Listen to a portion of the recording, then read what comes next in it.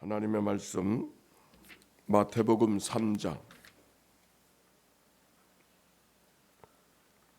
13절부터 17절의 말씀입니다. 같이 봉독하겠습니다. 이때 예수께서 갈릴리로부터 요단강에 이르러 요한에게 세례를 받으려 하시니 요한이 말려 이르되 내가 당신에게서 세례를 받아야 할 터인데 당신이 내게로 오시나이까? 예수께서 대답하여 이르시되 이제 허락하라. 우리가 이와 같이 하여 모든 의를 이루는 것이 합당하니라 하시니 이에 요한이 허락하는지라. 예수께서 세례를 받으시고 곧 물에서 올라오실새 하늘이 열리고 하늘의 성령이 비둘기같이 내려 자기 위에 임하심을 보시더니 하늘로부터 소리가 있어 말씀하시되 이는 내 사랑하는 아들이요 내 기뻐하는 자라 하시니라. 아멘. 이는 생명의 말씀입니다.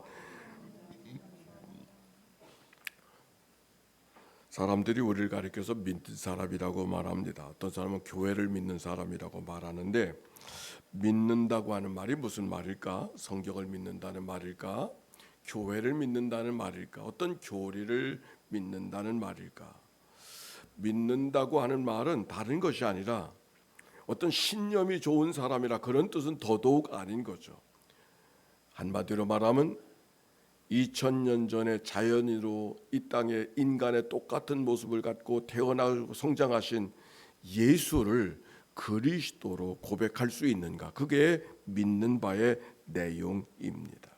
즉 예수를 그리스도로 믿는 것, 그것이 믿는 내용인 것이죠. 여러분에게 그런 믿음이 있으십니까? 아멘. 예수가 나의 구주, 나의 구원자. 그래서 오늘도 하나님 앞에 예배하고 있는 것이죠. 오늘 성경에 있는 말씀, 절기로는 주현절, 예수님이 탄생하시고 이 땅에 오셔서 드디어 인간으로서의 삶을 드러내신 시간, 바로 이 주간을, 그때를 기념하는 주간이 바로 이 주간이가 다음 주간, 그걸 주현절이라고 말합니다. 주님이 등장하셨다, 현현하셨다, 그런 의미가 되는 것이죠. 오늘 성경에 있는 이야기는 예수님이 세례 받으실 때 이야기를 담고 있습니다. 13절 말씀 같이 한번 읽어볼까요? 13절이요. 시작. 이때 예수께서 갈릴리로부터 요단강에 이르러 요한에게 세례를 받으려 하시니 그랬어요. 세례는 누가 받는 거 아니? 죄인들이 받는 겁니다. 그 죄인만 받는 세례를 예수님이 지금 받으려고 하시는 거예요. 그래서 세례 요한이 말리고 있었어요. 세례는 내가 당신에게 세례를 받아야 될 텐데 어떻게 당신이 내게 세례 받으려고 하십니까? 즉 세례는 죄인들이 받는 것인 것을 알고 있었기 때문에 당신이 세례를 받을 수 없고 오히려 내가 세례를 받아야 된다고 말하는 것이죠. 그래도 예수님께서 세례를 받으신 이야기가 13절부터 이렇게 쭉 기록이 되어져 있습니다. 여기 중요한 것은 죄인이 받는 세례를 예수님이 받으셨다고 하는 거예요. 그것은 예수님이 죄인이었다고 하는 것을 이야기하려고 하는 것보다도 죄인의 자리까지 자기를 내려놓았다고 하는 말씀이 이 말씀 속에 담겨져 있는 뜻인 것이죠. 허물진 인생인 것을, 즉 이 땅에 죄인으로 살아가는 사람들과 자신을 동일시하고 출발하고 있음이 바로 세례 받으시는 예수님의 의미가 담겨 있는 것입니다. 그런데 그때 특별한 일이 벌어졌습니다. 16절 시작. 예수께서 세례를 받으시고 곧 물에서 올라오실새 하늘이 열리고 하나님의 성령이 비둘기같이 내려 그 위에 임하심을 보시더니 하늘이 열리고 그랬어요. 하늘이 열렸다는 말이 무슨 말일까요? 뭔가 거역할 수 없는 어떤 사건이 벌어진 것이죠. 이 하늘이 열렸다고 하는 말씀, 하늘이 또 어떻게 열려? 어느 구름이 갈라졌다는 말일까? 어떤 물리적으로 어떤 하늘문이 열렸다는 말일까? 그런 말은 아닐 것입니다. 이 말은 무슨 말인가 하니 예수 그리스도의 생애 속에 그가 공생애를 시작하면서 그가 하나님의 살아계심을 온몸으로 체험하는, 하나님이 살아계시다는 사실을 온 삶으로 경험하는 특별한 하나님이 임한 자리, 하나님의 말씀이 임한 자리, 하나님의 뜻이 임한 자리, 아니 내가 누구인가를 깨닫는 자리, 여기 하늘이 열렸다는 말은 그런 말이죠. 그건 내가 그렇게 살고자 해서 사는 것이 아니라 그런 생각이 준비되지 못했었는데 그런 역사가 어떤 특별하게 자기에게 체험되어진 그 고백을 지금 이 말씀이 담고 있는 거예요. 그때 하늘에서부터 소리가 들렸어요. 하늘로부터 소리가 있어 말씀하시되, 따라서 합시다. 이는 내 사랑하는 아들이요 내 기뻐하는 자라. 이는 내 사랑하는 자요 내 기뻐하는 자라. 내가 누구인가를 깨닫는다고 하는 것이 얼마나 소중한가 하는 것을 알게 하는 말씀이 오늘 본문의 말씀이에요. 우리가 생각해 보면 젊디 젊은 예수님, 청년 예수님이 어떻게 33살의 인생으로 십자가를 그렇게 뚜벅뚜벅 걸어갈 수 있었을까? 참 귀하지 않습니까? 사실 예수님이라고 십자가 길을 달가워서 진 것은 아닌 것 같아요. 성경에도 있잖아요. 예수님이 기도하던 말, 할 수만 있거든이 잔을 옮기시옵소서. 그러나 내 뜻대로 마옵시고 아버지의 뜻대로 하옵소서라는 말씀 속에는 예수님에게도 십자가는 두려움이었고 뭔가 기쁘게 맞이할 수 없었던 것을 예수님이 인정하고 있는 것이죠. 뿐만이 아니에요. 예수님께서 여러 가지 중요한 일을 행하실 때마다 사람들에게 이 말을 하지 말라고, 아직 때가 아니라고 이야기하고 있는 것은 그때가 두려웠던 거죠. 그때가 즐겁고 기다리고 있었기 때문이 아니라 뭔가 그때를 위해서 뭔가 그의 마음속에 망설임이 있고 추추스러움이 있음을 말씀 속에 우리는 깨달을 수 있는 거죠. 사실 죽음을 기쁘게 맞이할 사람이 누가 있겠어요?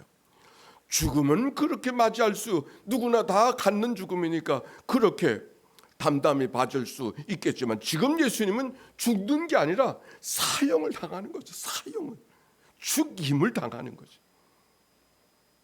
죽을 때가 돼서 죽는 것이 아니라 죽임을 당하는. 요즘에 재판하는 거 보십니까?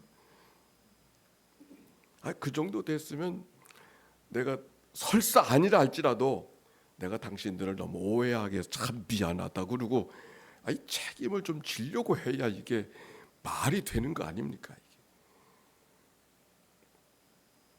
여기 예수님 그 무거운 십자가, 죽임을 당하는 그 십자가를 어떻게 그렇게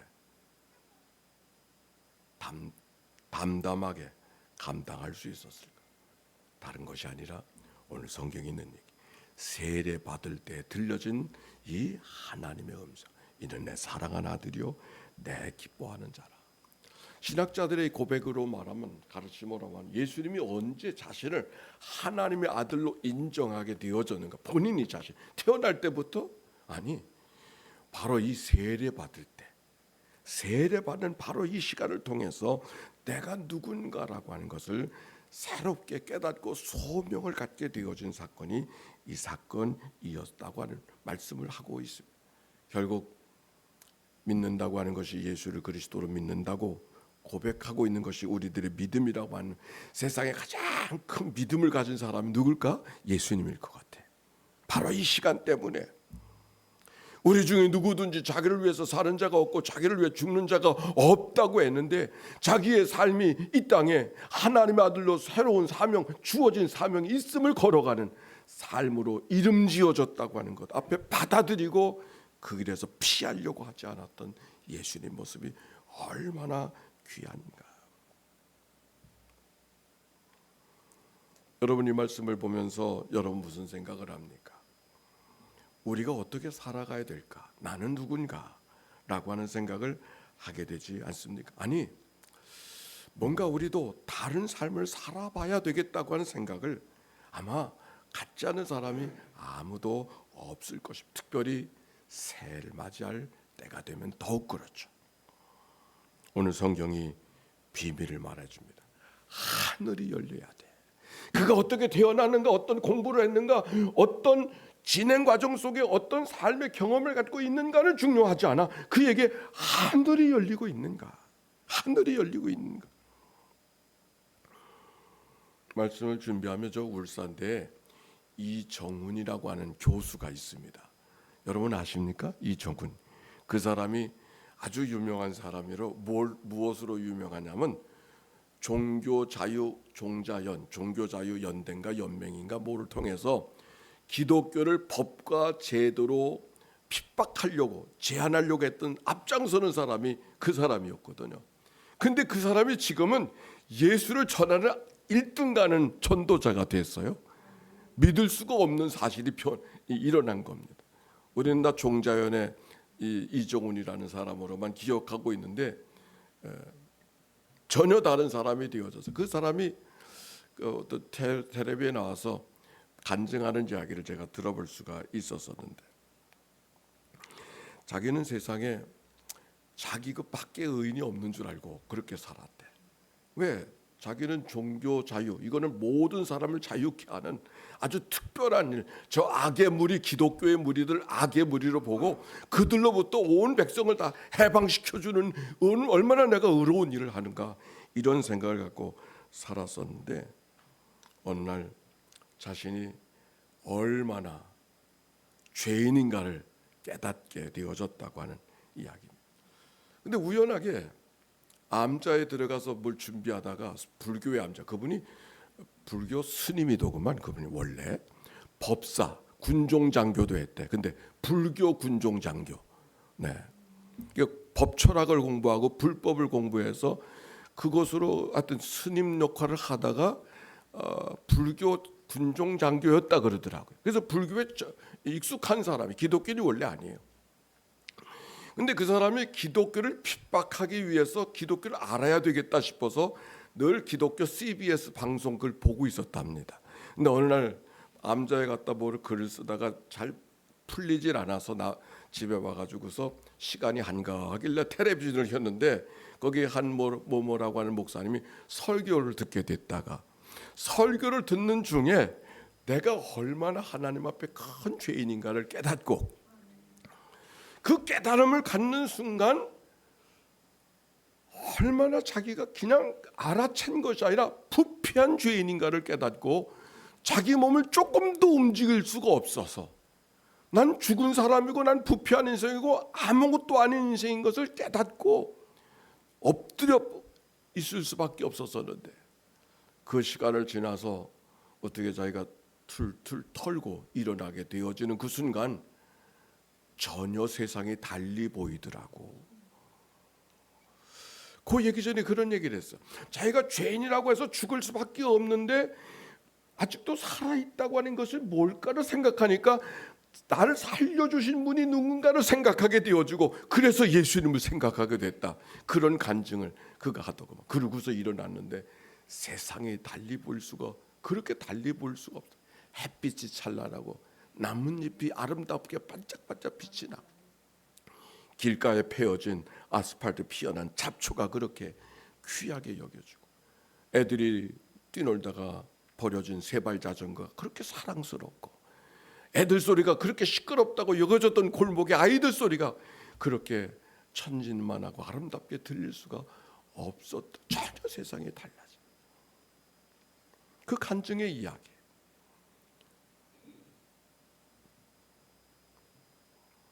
이 주간에 제게 하는 특별한 경험이 하나 있었습니다.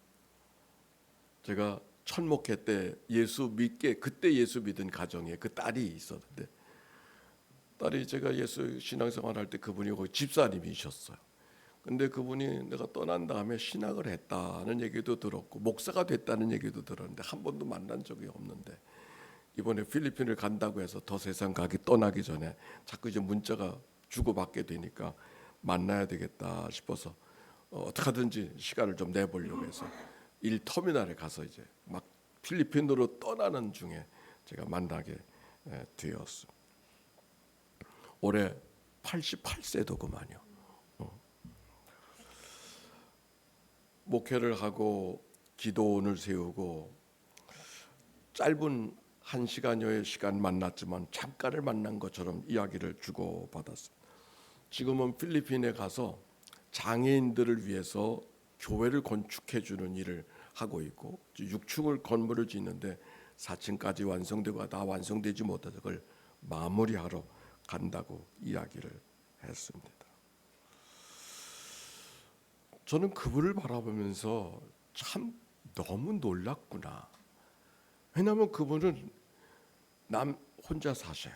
자녀들하고 혼자 농사를 졌던, 정말 경운기 끌고 다니면서 혼자 분주하게 일하던 그냥 교회 집사님이었어요. 물론 열심히 있었고 열심히 봉사했고 그렇게 늘 옆에서 잘 돕던 그런 분이고 논밭을 일구던 분이었었어요. 단 그분이 신학교를 가고 목사가 된다는 것은 전혀 생각해 보지 못했던 사건입니다. 그런데 지금 만나보니까 제가 감당할 수 없는 큰 일들을 그렇게 많이 하고 계시더라고. 제가 충격을 받았어. 제가 그분이 살아왔던 얘기를 조금 했습니다. 그분이 능력자가 되어 기도해 주는 사람이 은사가 있고 어떤 기회가 되어서 하나님 주신 마음에 순종을 했더니 길이 열려서 오늘까지 왔다고 하면서 제 손을 이렇게 잡더니 목사님, 제가 이렇게 손을 잡으면 오장육부가 다 들려요. 그러는 거야. 그리고 목사님 귀가 어떻고 머리가 어떻고 지금 심장이 어떻고 신장이 어떻다고 이야기를 쫙 해주는 거야.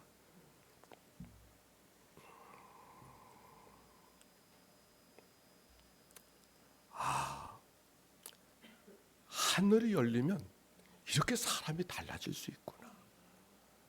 배워서 되는 게 아니고 하늘이 열려지니까.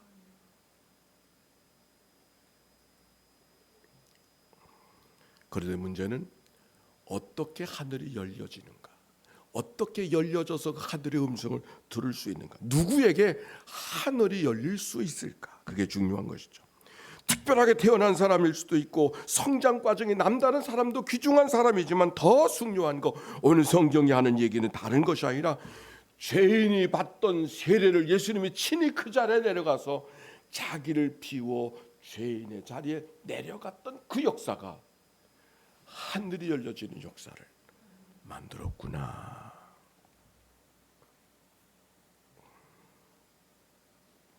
새해가 열렸는데 새롭게 이해가 달라지기를 원하십니까? 우리의 배움도 아니고 우리의 성장의 비밀도 아니고 삶의 경험도 아니라 오늘 하늘이 열려지는 것. 우리가 때때로 살면서 고난을 당합니다. 어려운 일. 그 속가는 그 고난과 어려운 일들은 나를 어렵게 하려고 하는 사건들이 아니라 나를 더 낮은 데로 내려가라고 하시는, 겸손하게 살라고 하시는 하나님의 사인이요, 하나님의 명령이죠. 그리고 그 겸손하게 살아가려고 내려간 자리 속에 하나님의 길이 열려지고 하늘이 열려져서 하늘의 음성이 그에게 임할 줄로 믿습니다. 우리 모두가 새해가 하늘이 열려지는 모두가 되시기를 주의 이름으로 축원합니다. 기도합시다.